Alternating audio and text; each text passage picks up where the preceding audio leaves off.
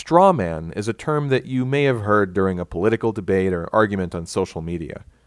Attacking a straw man, or straw manning, is a strategy where someone argues against a weaker caricature of their opponent's argument rather than the real one. For example, person A says, "Wow, we have beautiful clear skies today." And person B responds, "No, without clouds the rivers would run dry and we would all die." This can be extremely frustrating for person A because at first glance it looks like person B has a good point, but it doesn't disagree with anything person A actually said. Steel manning, on the other hand, is arguing against the strongest representation of an argument. For example, person C responds, "Yeah, it's beautiful, but I think a few clouds would make it even better." This acknowledges what person A really meant while still sort of making a counterpoint. This isn't something you see very often with more serious subjects. What you do see is people listening to a few words, deciding they want to disagree, misrepresenting, and then going ham in a straw echo chamber. I mean, if you want to win an argument, why decrease your odds by steel manning your opposition? No way! I want to destroy my opponent. Why do something silly like understand them? In politics, steel manning is just crazy. If you steel man and your opponent doesn't, yeah, you'll just lose. It's an analog of the prisoner's dilemma from game theory. If both sides use the steel man, everyone wins. But as soon as one side uses the straw man, they have an advantage and the other side might as well straw man too. It's worse for everybody in the end, but it's the accepted way to play the game. The straw man mentality destroys progress in every subject area you can imagine. People argue against what they want to oppose rather than what actually opposes them. We're lucky in this day to have so many ways of communicating efficiently over vast distances, but look what's happening to us. Pick any issue and there will be two sides that don't listen to each other, needlessly polarizing and perpetuating conflict, hoping to create enough fireworks to look victorious, and for what? Ego, entertainment, money, votes. It's not the truth. Attacking straw men is so much less challenging and often more entertaining than attacking steel men. Not to mention, steel manning sucks.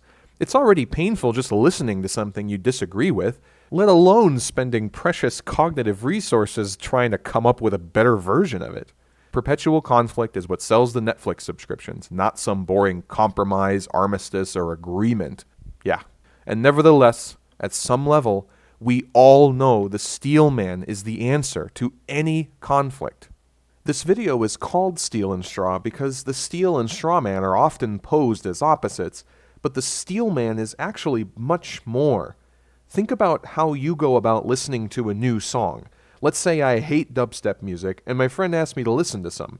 I could hear all the things I hate about the song, or I could force myself to hear things I like. My list of dislikes might still be longer, but at least I didn't just give in to my prejudice. I gave it a chance and tried to understand why my friend likes it.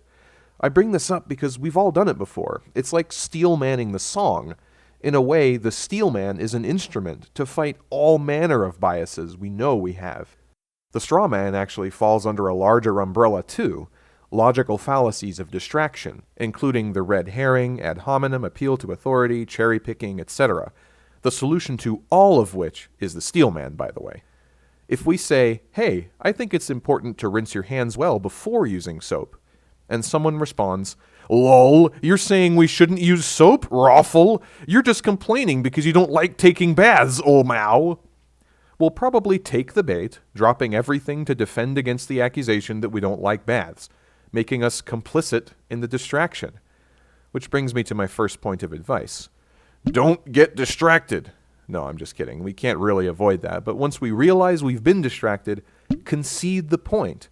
For example, if someone tells you, "You have no experience in this subject, just shut up," you can say, "All right, assume that I'm a 2-year-old then.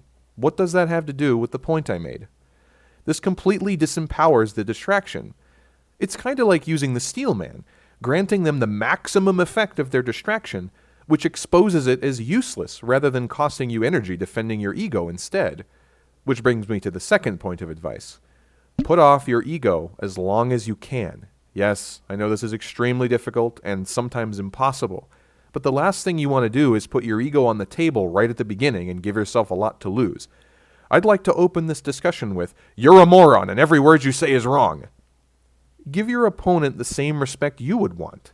Ask a lot of questions and genuinely listen. If you reach the point where it would be painful to backtrack, you've put too many chips on the table, and it's not about the truth anymore. It's about the chips. Putting those chips on the table is practically a logical fallacy in itself. On to the third point. Don't accuse people of logical fallacies. Wait a minute, your whole video is about logical fallacy. What? No. I'm immune. Look at the subtitle.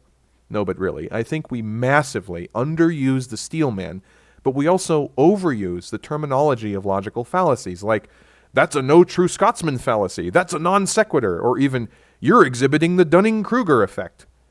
Even if we're right, screaming this at your opponent is just going to make them shut down. Steel manning them is a better idea. I mean, you probably know what they really meant to say. Sometimes yelling, slippery slope, is a distraction in itself, and it's used as an excuse to voluntarily misinterpret someone. Sometimes you're attacking a straw man, and that's why it seems so fallacious. Wow, this game's really easy. What's with all the hype? I've been doing this all day, and I'm not even breaking a sweat. Wait a minute. Ask yourself what you really want. Do you want the truth? Do you care if you're right? Do you want to change someone's mind? This requires them to use the steel man, but you can't control them, can you? You can only control yourself. And now we're back to the game theory again. Why take the high road if it might mean going alone? Well, because we can change the game. We are the game. Hey, we should hit this watermelon with a hammer. Oh, so you want to smash this watermelon? No, that's a straw man. I only said hit it with a hammer. Well, is that really a straw man, or is it just a logical inference? We need to distinguish the two. Rephrasing things to try to understand them better isn't necessarily the same thing as straw manning. We do it in mathematics all the time, using algebra to manipulate the equation until it fits a mold we're familiar with, without changing the meaning of the original. Applying this to argumentation means asking a lot of questions. Is this what you mean? Is this what you mean? Is this what you mean? Oh, so does that mean you want to smash this watermelon? And avoid reaching too far. Oh, so you hate watermelons. It may seem like an impossible utopian idea that people would ever instinctively steelman each other. The game theory of argumentation would make this seem impossible unless you can somehow defeat human selfishness. But even the slightest culture shift can make a big difference. In an effort to attempt to keep that momentum going, what we are going to do is we are going to have Sam and Jordan steelman each other's points from last night so that you can hear what that sounds like. Now,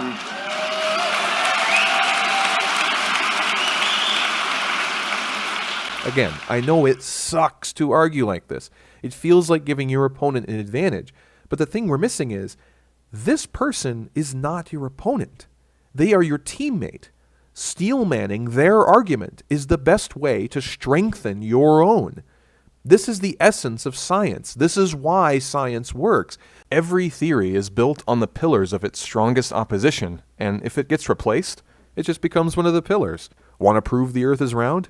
Try proving it's flat. The more scrutiny our belief can survive, the more spectacularly we fail to disprove our own hypothesis, the better that hypothesis is. We've all taken a science class before, but somehow this part didn't come through. If our discourse just lasts a little longer before degenerating into brainless yammering, we can stop driving each other apart. Think of it like this. We know the terrible alternative to talking things out. And right now, the few people doing the steelmanning are making the progress for everyone else. It's a really low bar. Come on, the internet provides us with copious examples on how we shouldn't have to behave if we're really right. We're so used to bringing a weapon to a welding fight. I mean, we're fighting instead of building, you know what I mean. If that's what we want to do, I guess we should at least be honest about it. But at the end of the day, if we can only fight against straw, we're no better than straw.